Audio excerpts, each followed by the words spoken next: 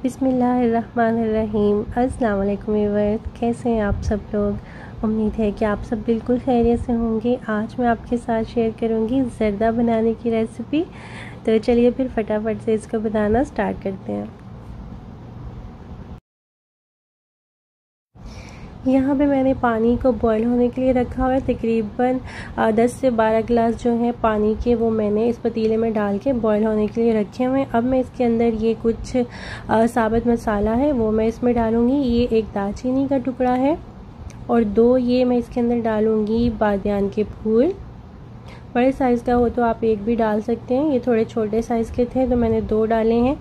और ये मैं इसमें डालूँगी 5 से 6 सब्ज़ इलायचियाँ और ये तकरीबन 7-8 लौंग हैं वो इसके अंदर डाल देंगे। और ये अब मैं इसमें डाल रही हूँ तेज़ पत्ते, 3 तेज़ पत्ते मैं इसके अंदर ऐड कर दूँगी। साथ ही हम इसके अंदर ऐड कर देंगे 1 टीस्पून के जितना येलो या फिर ऑरेंज फूड कलर, जो भी कलर आपको पसंद हो, येलो या फिर ऑरेंज, वो आप इसके अंदर डाल दें। तकरीबन 1 टीस्पून के जितना अच्छी तरह से मिक्स कर लेंगे। और अब हम पानी के अंदर बॉईल आने का वेट करेंगे। जब पानी बॉईल होने लगेगा तो फिर हम इसके अंदर चावल जो हैं वो शामिल कर देंगे।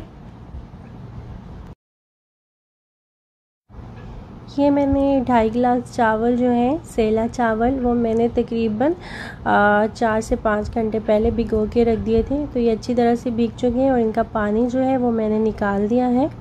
और ये मैं सेला चावल यूज़ कर रही हूँ। आप चाहें तो बासमती चावलों के साथ भी बना सकते हैं, मगर सेला चावल के साथ ज़र्दा जो है बहुत अच्छा बनता है।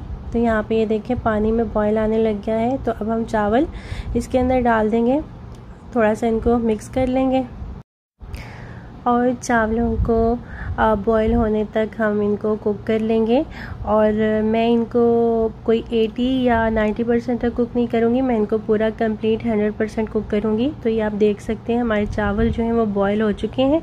अब इनका पानी जो है वो हम किसी छन्ने वगैरह में इनको निकाल लेंगे। चावलों को पानी को हम ड्रेन कर देंगे और चावलों को हम साइड में रख लेंगे।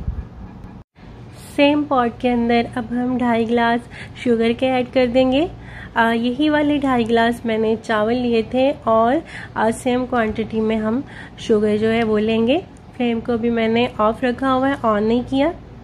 शुगर ऐड करने के बाद अब हम 1 गिलास इसके अंदर दूध डाल देंगे। आप चाहे तो पानी भी डाल सकते हैं, मगर दूध से चावल जो है वो बहुत खिले खिले और सॉफ्ट बनते हैं।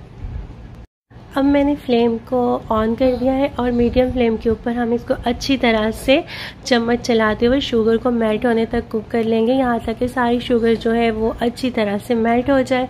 तो फिर हम इसके अंदर तकरीबन ½ कप के जितना घी शामिल कर देंगे।